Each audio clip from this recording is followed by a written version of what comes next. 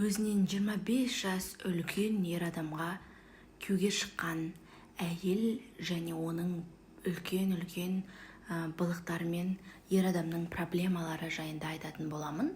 Бұл әңгіме шынайы өмірде болған оқиға. Именно осы әңгімені айтайын ба, айтпайын ба деп біраз ойланып, бірақ қазір бел будым айтуға.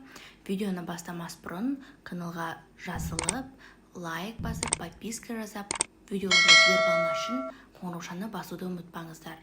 Бұл видеолар өскелең ұрпаққа сабақ болсын, өзге адамдардың қателіктерінен өзіне керегін алып, сондай жұрттың қателігін қайталамасын деген мақсатта жазылып жатқан оқиғалар.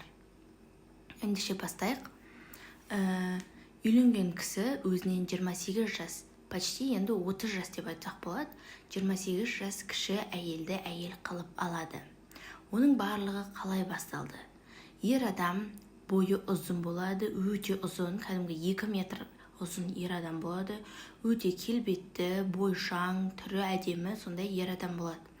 Ол кісі жас кезінде өте қыз құмар болады, бірақ дегенмен де өзіне тоқтау салып, бір әйелге үйленемін деген кезде оның анасы қарсы болады.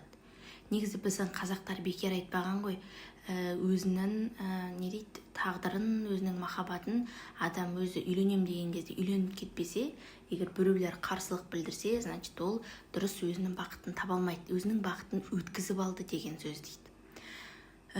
Бір әйелге үйленем дейді, оған анасы қарсы болады, екіншісіне тағы үйленем дейді, оның бетінде қалдары, меңдері көп деп, ол жүріс қой деп, анасы оған тағы үйлендірмей тастайды.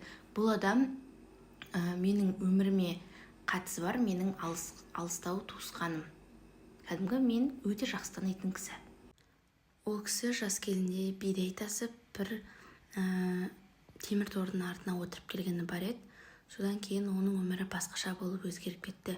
Бұрынғыдай өмірдегі мотивациясы болмай қалды, бірақ дегенмен де өмір сүріп жүрді.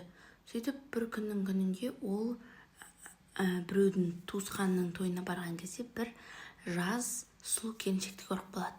Сұлу дегенде мен сіздерге айтайын, толық, өте толық, артық салмағы өте көп, бір әйелге ғашық болып қалады. Енді ол кезде ол әйел деп ойлаған жоқ, оны қыз деп ойлады.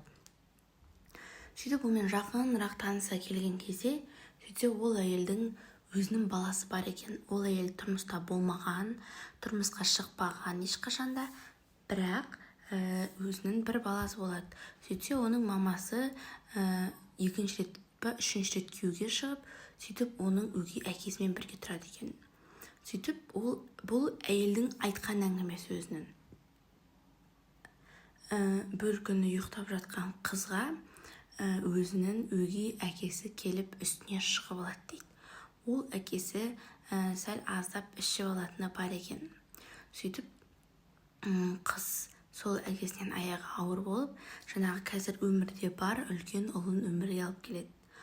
Ол да әрине өте спорный мәселе. Ол шынымен де соның баласы ма, әлде ол әкесіне жаба салып, бірақ шын мәнінде басқа біреудің баласы ма, ол жайында да ешқандай толық информация жоқ.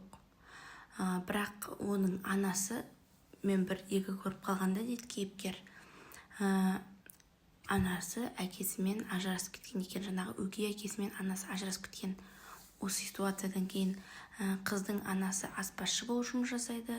Ол мамасы да өзі де өте толық кісілер болады. Сөйтіп не керек, тойларын жасайды. Той дегенде кішігірім той, шағындатып қана тойлайды. Баласы сол кезде шамамен 2-3 жас шамасында болады. Ер адам ол әйелді баласымен алып тұрған білсе де, сол балаға біраз уақыт, біраз жылдар бойы күн бермейді. Басқа балаларынан шеттетіп, бәрібір басқа ер адамнан туылған бала болғаннан кейін, бәрібір ол баланы басқалардан шеттетеді.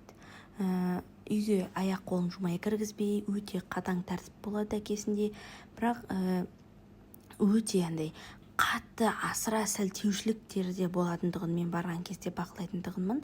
Ал әйелі болса өте берекелі болады. Қашан барсан да столының үстінен тамақтары кетпейді. Тамақтың түр-түрі, тәттінің түр-түрі енді қолынан келмейтін жоқ. Өте пысық әйел болады. Жыл сайын бір баладан туады жаңағы әйел. Жыл сайын бір бала, сөйтіп 5 жылда қатар-қатар 5 бала туады. Өздері бір бөлмелі ғана пәтерде тұрады, жұмыстың пәтерінде. Күйеуі керемет жұмыс жасамағанмен де сол жұмысынан бұлар үй алады. Үй дегенде қаланың сыртында бір күзетші сияқты болып жұмыс жасайды сол жерде. Әйел күйеуінің орнында күзетуге қалады, енді өздері сол жерде тұрып жатқаннан кейін. Ал күйеуі сырт жақтарға шығып, солай КамАЗбен сөйтіп калым жасап келеді. Тұз сатып, ағаш сатып, неше түрлі сатады.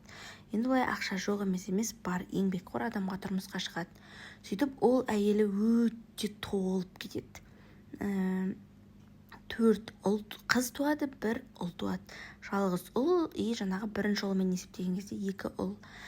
Кез келген қандай шаруа болса да, қиын, ауыр шаруа болса да, мен істеймін деп тұратын. Енді жастықтың аты жастық па, бірақ өзіміз қанша жас болсақ та, прям ондай пысықпыз деп айта алмаймын. Сөйтіп бәріміз қызығатындығымыз, қандай керемет пысық әйел өзі деп барлығымыз қызығып жүрген кезде ол әйел семіріп кетеді. Кәдімгі бір 120 килограммдай болып кетеді жаңағы әйел. Сөйтіп ол арықтаймын деп шешеді, бірақ өзін тамақтан ешқашан шектемейтіндігін. Қажет тамағының барлығын жейді, қалғанын жеп өзінің жаңағы қанағатын, өзінің жаңағы сұрауын жеп алады да, бірақ кейіннен оның барлығын өзі қолын салып шығарып тастайтындығын. Ол да медицинада бір диагноз бар оның да. Но енді сондай болып, ол кәдімгі жіптіктей болып арып алды, ойлаңыздаршы. Жіптіктей болып арып алды. Сөйтіп жаңа айттым, қаланың сыртында тұрады, күйеуі жұмыстарға кетеді деп. Сөйтіп жүрген кезде ол әлеуметтік желілерде өте көп отыратын. Өзінің социалды жаңағы аккаунттары бардығын, әлеуметтік желіде аккаунттарына неше түрлі өзінің ғана фотоларын салып, балаларында фотоларын салып, бірақ күйеуін салмайтын. Сөйтіп жүрген кезде оның күйеуі бірдеңені сезеді, андайын дейді. Кетіп қалады, күйеуі кетіп қалады да, әйелін балалармен тастап кетеді үйге. Сөйтіп кетпейді, ол кетіп қалғандай болады машинасымен. Сөйтіп машинасын бір жерге тығып қояды да, әйелін андыса, әйеліне күнде неше түрлі жас еркектер келеді екен, ойлаңыздаршы. Ол кезде әйелі бар жоғы 27-де. Ал күйеуі өзінен 28 жас үлкен, енді үлкен кісі ғой. Ер адамның өзіне де обал жоқ. Өзінен 28 жасар үлкен әйелді әйел қылып алғаннан кейін осындай форс-мажорный ситуациялардың барлығына дайын болу керек еді негізінде. Енді әрине әйелді күйеуге шыққаннан кейін онысы дұрыс болған жоқ. Әйел негізі дұрыс емес отбасынан шыққан, дұрыс тәрбие көрмеген. Негізі әйелдің көрген отбасындағы тәрбиесінің өзі болашақтағы өміріне үлкен үлесі зор, негізі кәдімгі рөл ойнайды. Үлкен қыздар өсіп қалады, ұлы өсіп қалады. Сөйтіп ол басқа біреумен жүріп кетеді кәдімгідей. Официально күйеуі біледі. Сөйтіп күйеуін ұнатпай кеткен, соншалық күйеуі сол үшін айғайлап қолынан жұлқылаған кезде ол мамандарды шақырып, полицияларды шақыртып, оны соттатып, ол ер адамның дұрыс емес жасағандығы, ол официально некеге тұрмаған ғой.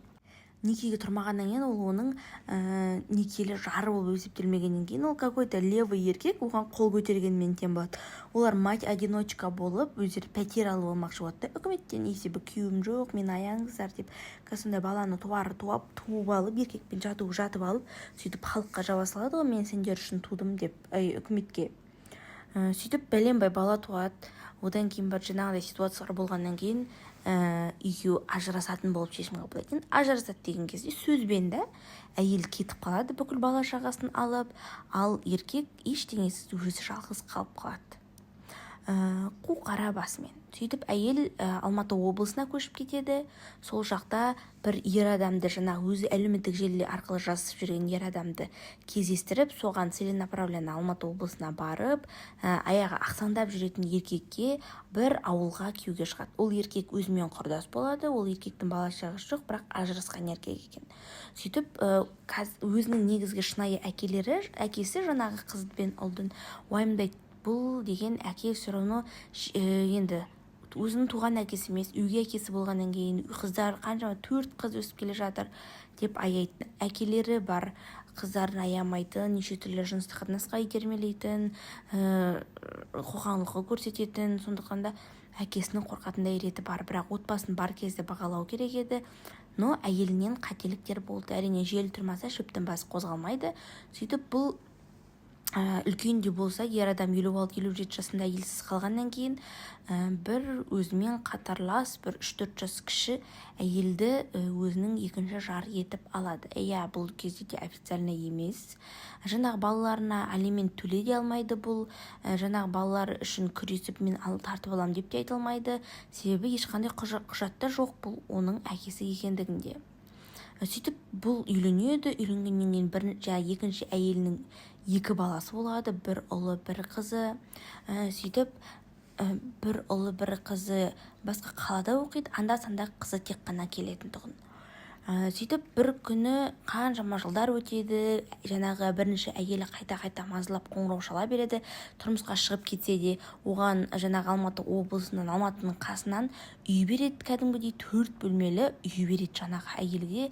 Балалары көп болған үшін есеп ода 6 балаға ойлаңыздар.